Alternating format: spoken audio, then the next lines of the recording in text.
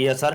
میں اس کی مذمت کر چکا ہوں, یہ نہیں ہونا چاہیے. مجھے تو سر دکھ ہے بحیثیت کشمیری, مجھے دکھ ہے کہ ہم لوگ کہتے ہیں کہ ہم پاکستانیوں سے بڑھ کر پاکستانی ہیں, اور یہ مجھے دلی طور پر اس کا دکھ ہوا, افسوس ہوا کہ عطا تارڑ نے یہ بات کہی کہ ہم کشمیریوں کے چاہیں تو کشمیریوں کا داخلہ اسلام آباد میں بند کر سکتے ہیں. یہ تو اس طرح کی باتیں تو ہندوستان کرتا ہے. ہندوستان کشمیر میں اس نے اپنی فوجیں اتاری, وہاں پر 370 وہ ختم کر کے. راجہ صاحب, میں ایز اے کشمیری آپ کے جو جذبات ہیں وہ سمجھ سکتا ہوں, آپ کے دل کو جو تکلیف ہوئی ہے میں سمجھ سکتا ہوں. میں اس کی مذمت بھی کر چکا ہوں, اور میں یہ مطالبہ بھی کرتا ہوں کہ عطا تارڑ سر اپنے یہ الفاظ واپس لیں. بالکل کشمیریوں کا داخلہ پاکستان میں کوئی نہیں روک سکتا. کشمیری دیکھیں, میں ریاست پاکستان کا باشندہ ہوں جی, ٹھیک ہے, میں آزاد کشمیر میں جا کر نوکری نہیں کر سکتا, لیکن آزاد کشمیر کا باشندہ پاکستان میں نوکری کر سکتا ہے. جی یہ ایسا ہی ہے, لیکن ایوب خان نے اچھی بات میں کہتا ہوں, یہ آپ لوگوں کا درجہ ہے, غیر معمولی درجہ ہے, بالکل ایسا, اور وہ کشمیری جو قربانیاں دے رہے ہیں. لیکن سر نون لیگ والے کہتے ہیں کہ عمران خان نے کشمیر کاز کو بہت نقصان پہنچایا. یار آپ عجیب آدمی ہیں, آپ پھر عمران خان کو بیچ میں لے آتے. میں ایک جنرل بات کر رہا ہوں, آپ عمران خان کی سیاست کو چھوڑیں, آپ سردار تنویر الیاس کی سیاست کو ایک طرف رکھ دیں. ٹھیک ہے, میں تو وہ کہتا ہوں رہنے دیں. میں آپ یہ دیکھیں کہ کشمیر کاز کو نقصان کیوں پہنچا. انڈین میڈیا ہم سے کئی زیادہ طاقتور ہے, بالکل ایسا ہی ہے, ان کا نیشنل میڈیا بھی اور سوشل میڈیا بھی. انہوں نے ہمارے کل سے بخیے دیڑ کر رکھے آج ابھی سے دیکھیں, پاکستان کا وزیر اعظم دیکھو کیا کر رہا ہے, آزاد کشمیر کے وزیر اعظم کو دھتکار دیا, یہ کر دیا, جو پتلے آزاد کشمیر میں یہ بھی مقدار ہے نا, یہ بھی غلط ہے. یہ آزاد کشمیر کے وزیر اعظم کو نہیں کرنا چاہیے. میں نے کل بھی کہا, میں نے رات ایک نجی ٹی وی کے پروگرام میں بھی کہا کہ اس چیز کو بھول جائیں. وہاں پہ کون جیتا کون ہارا, وہاں پہ جو بھی جیتتا ہے وہ جیت پاکستان کی ہے, اگر ہارتا ہے وہاں پہ کوئی تو ہار پاکستان کی ہے. آپ یہ دیکھیں, سیاست کو آپ اس قومی کاز, یہ ایک واحد ایشو ہے جس کے اوپر پوری قوم متحد ہوتی ہے, پوری قوم, آپ کی فوج, آپ کی اسٹیبلشمنٹ, آپ کی اپوزیشن, سیاسی جماعتیں, عام آدمی, سب اس مسئلے کے اوپر اکٹھا ہے. بالکل صحیح ہے. تو اس کو جو ہے راجہ صاحب, میں آپ کے جذبات کا احترام بہت شکریہ جوئی صاحب, سمجھ سکتا ہوں, بہت شکریہ آپ کا. اچھا سر, دوسرا یہ بتائے کہ ملک کی جو معاشی صورتحال ہے وہ انتہائی دگرگو ہے. 71 میں ڈھاکہ خلیج فارس برد ہو رہا تھا, اور ہم باضد تھے کہ ہم نے شیخ مجیب کو فکس اپ کرنا ہے, ہم باضد تھے کہ ہم نے دشمن کے دانت کھٹے کرنے ہیں. لیکن اس کا نتیجہ کیا ہوا, 42 سال گزر گئے, ہم نے کوئی سبق حاصل نہیں کیا. ملک کی معاشی صورتحال انتہائی ناگفتہ بے ہے.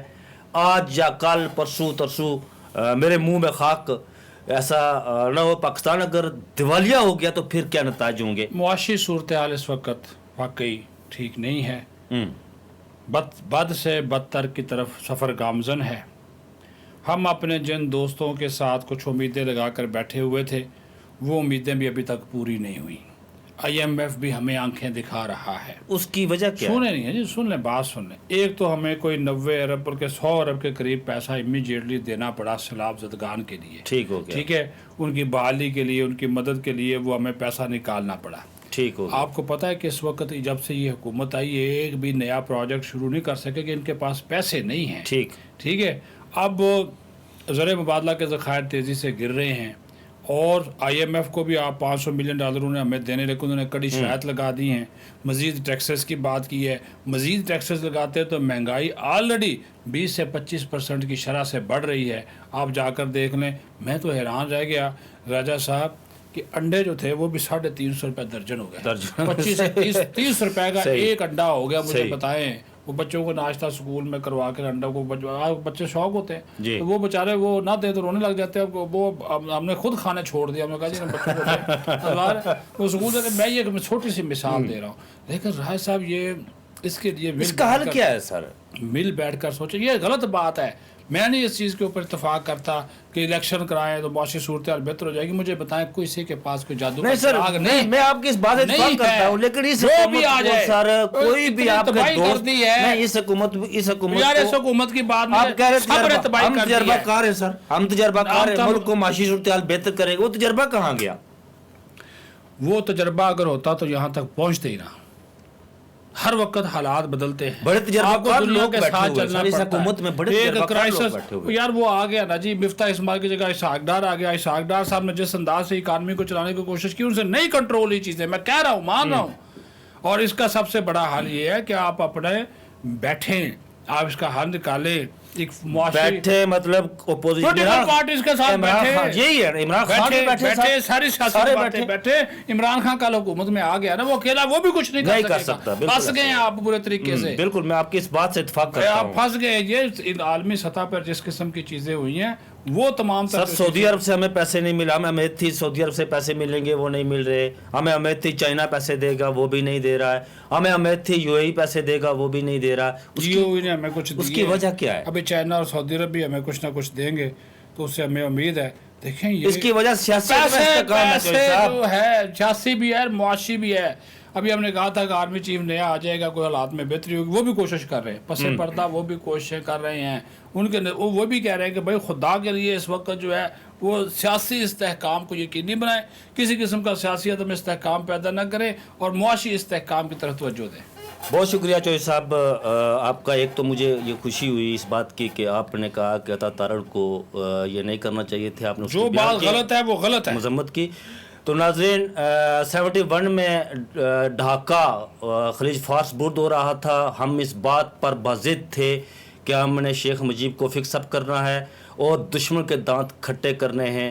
آج بھی ہم اس بات پر بضد ہیں کہ ہم نے دشمن کے دانت کھٹے کرنے ہیں. 71 میں شیخ مجیب الرحمان الیکشن جیت چکا تھا، لیکن ہم اس کے اقتدار اس کے حوالے کرنے کے لیے تیار نہیں تھے، اور نتیجتاً 71 میں ڈھاکہ بنگلہ دیش بن گیا. آج 42 سال گزر چکے، ہم نے اس سے سبق حاصل نہیں کیا. زندہ قومیں جو ہوتی ہیں وہ غلطیوں سے سبق سیکھتی ہیں اور سبق حاصل کر کے آگے بڑھتی ہیں. آج former prime minister of Pakistan Imran Khan اگر انتخابات کی مانگ کر رہے ہیں تو ان کی مانگ یہ درست ہے. آج معاشی صورتحال انتہائی دگرگو ہے. ہم اس دعوے کے ساتھ موجودہ حکومت آئی تھی کہ ہم تجربہ کار ہیں، ہم اس پاکستان کو معاشی گرداب سے نکالیں گے، لیکن ان کا تجربہ جو ہے میں سمجھتا ہوں کہ انہوں نے حکومت اس لیے لی تھی کہ ان پر جو کیسز تھے وہ جائز تھے، ناجائز تھے، جس طرح بھی بنے ہوئے تھے، ان کیسز کو ختم کرنے کے حوالے سے انہوں نے حکومت لی تھی. انہوں نے اقتدار میں آتے ہی اپنے سارے کیسز ختم کر دیے، لیکن عام آدمی کے لیے انہوں نے کچھ نہیں کیا. عام آدمی کون ہے؟ میں ہوں اور آپ ہیں. ہمیں اس سے کوئی فائدہ نہیں ہوا. جو ملک کی جو معاشی گروتھ ریٹ تھی، معاشی گروتھ ریٹ عمران خان کے دور میں 6% پر جا رہی تھی، وہ بالکل گر کر جو ہے وہ نیچے آ گئی ہے. اور جو ہمارے وزیر فائنانس منسٹر ہے اسحاق ڈار، وہ انہوں نے بھی ہاتھ کھڑے کر دیے ہیں. وہ سارا جو ہے وہ مدعا ڈال رہے ہیں کہ مفتاح اسماعیل نے کچھ نہیں کیا، اور مفتاح اسماعیل روزانہ کی بنیادوں پر یہ کہہ رہے ہیں کہ پاکستان دیوالیہ پن کی آخری حد جو ہے وہاں پر پہنچ چکا ہے. آج تمام سارے لوگوں سے جتنے بھی پولیٹیکل اسٹیک ہولڈر ہیں، ختم کر دیں اللہ کا واسطہ. بس میں ختم کر رہا ہوں. تمام پولیٹیکل ہولڈر جو ہے، اسٹیک ہولڈر ہیں، وہ مل بیٹھ کر اس پاکستان کو معاشی گرداب سے نکالنے کے لیے مل بیٹھے. معاشی ملک میں معاشی استحکام ہوگا تو جو ہے ملک آگے بڑھے گا. مجھے دیجیے اجازت، اپنا بہت سارا خیال رکھیے گا. اللہ حافظ.